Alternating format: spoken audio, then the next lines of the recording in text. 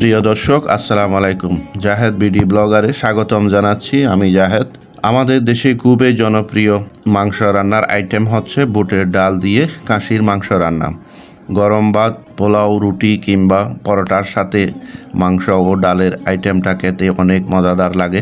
আশা করছি এই রেসিপিটা ফলো করে আপনারা সঠিকভাবে বুটের ডাল দিয়ে খাসির মাংস রান্না করতে পারবেন। তাহলে শুরু করা যাক আজকের এই রান্নার জন্য যে উপকরণগুলো লাগবে: হাঁস সহ এখানে 700 গ্রাম খাসির মাংস নিয়েছি। এগুলো আমি এভাবে কেটে নিয়েছি, সাথে চর্বি সহ আছে। আর এখানে 300 গ্রাম আমি বুটের ডাল নিয়েছি। খাসির মাংসগুলো আমি একটা বাটিতে ধুয়ে পরিষ্কার করে নিয়েছি। আর এদিকে আমি বুটের ডালগুলো এভাবে 2 ঘন্টার জন্য ভিজিয়ে রেখে দিয়েছি। এখন আমি রান্নার জন্য চুলার উপর পাত্র বসায় দিয়েছি। এখন দিয়ে দিচ্ছি রান্নার রেগুলার তেল 4 টেবিল চামচ। এখন দিয়ে দিচ্ছি 3 টুকরা ডালচিনি। এরপর দিয়ে দিচ্ছি 7টা এলাচ। আরও দিয়ে দিচ্ছি লবঙ্গ 10-12টা। আরও দিয়ে দিচ্ছি হাফ টিস্পুন গোলমরিচ। দিয়ে দিচ্ছি 3টা তেজপাতা। দিয়ে এগুলোকে আমি 30 সেকেন্ডের মতো ভেজে নেব। যখন খুশবোটা বের হবে তখন আমি দিয়ে দিব পেঁয়াজ কুচি।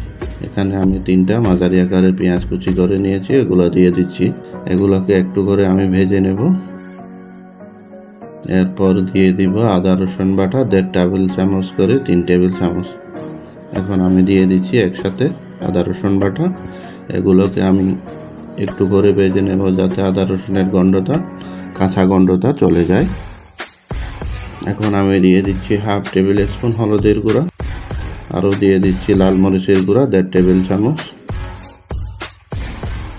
এরপর দিয়ে দিব ধনিয়া জিরার গুঁড়া 1 টেবিল চামচ। একটু পানি দিয়ে আমি মশলাগুলোকে ভালোভাবে কষিয়ে নেব। এইভাবে নেড়ে চেড়ে আমি মশলাগুলো একদম ভালোভাবে পারফেক্টভাবে কষিয়ে নেব, যাতে মশলাগুলোর উপর তেল চলে আসে। এই পর্যায়ে আমি দিয়ে দিচ্ছি 2টা টমেটো কুচি। এগুলোকে আমি একটু নরম করে ভেজে নেব। এখন আমি দিয়ে দিচ্ছি মাংসগুলো। এগুলোকে আমি মশলার সাথে ভালোভাবে মিক্স করে নেড়ে দিব। ভালো করে মশলা আর মাংসের সাথে মিশিয়ে দিচ্ছি। দিয়ে দিচ্ছি 1 টেবিল চামচ লবণ। দিয়ে আর একটু নেড়ে দেব। এগুলোকে নেড়ে এভাবে আমি মাংসগুলোকে কষিয়ে নেব 5 মিনিটের মতো। এখন আমি ঢাকনা দিয়ে দিচ্ছি। ঢাকনাটা খুলে আমি আবার নেড়ে দিচ্ছি। মাংস থেকে অনেকগুলো পানি বের হয়ে গেছে, এগুলো প্রায় শুকিয়ে গেছে। এখন আমি মাংসগুলো সিদ্ধ করার জন্য দিয়ে দিচ্ছি 1 কাপ পানি। এগুলোকে নেড়ে দিয়ে আবার আমি ভালো করে সিদ্ধ করে নেব মাংসগুলোকে। এখন আমি 10 মিনিটের জন্য ঢাকনাটা দিয়ে দিলাম।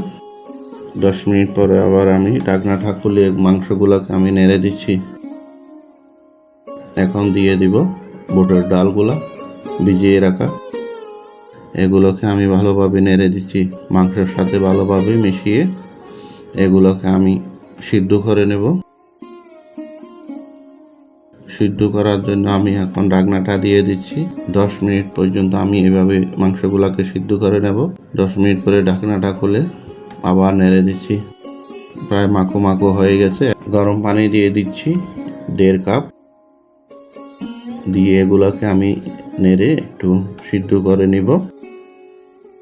ঢাকনাটা দিলাম 2-3 মিনিটের জন্য। 2-3 মিনিট পরে ঢাকনাটা খুলে আবার নেড়ে দিচ্ছি। এখন দিয়ে দিব কাঁচামরিচ 7-8টার মতো। দিয়ে দিচ্ছি গরম মশলার গুঁড়া 1 টেবিল স্পুন। দিয়ে এগুলোকে আমি মাংসের সাথে মশলাগুলো ভালোভাবে মিক্স করে দিচ্ছি। নেড়ে এখন আমি একটু চেক করে দেখব বুটের ডালগুলো সিদ্ধ হয়েছে কিনা। দেখি একদম পারফেক্টভাবে সিদ্ধ হয়ে গেছে। খাসি মাংসের সাথে বুটের ডালের রান্নাটা একদম রেডি হয়ে গেছে। আমি দিয়ে দিচ্ছি ধনিয়া পাতা কুচি 2 টেবিল চামচ। দিয়ে ঢাকনাটা দিয়ে দিলাম। এখন আমি পরিবেশনের জন্য একটা বাটিতে নিয়ে নিচ্ছি। আজকে আমি পরিবেশন করব রুটির সাথে পরিবেশনের জন্য একটা প্লেটে নিয়ে নিচ্ছি। নিয়ে নেওয়া হয়ে গেছে। এখন আমি পরিবেশন করতেছি রুটি দিয়ে। বিসমিল্লাহির রহমানির রহিম। খাসির মাংস ও বুটের ডালের ভুনা রান্না। এই রকম লোভনীয় স্বাদের রান্না যদি আপনাদের ভালো লেগে থাকে, অবশ্যই মজাদার এই রেসিপিটি ট্রাই করে দেখবেন। আজকে এই পর্যন্ত। সবাইকে হৃদয়ের থেকে আন্তরিকভাবে ধন্যবাদ জানাই ভিডিওটা দেখার জন্য। আবার হাজির হব নতুন কোনো রান্না নিয়ে। সবাই ভালো থাকবেন। আল্লাহ হাফেজ।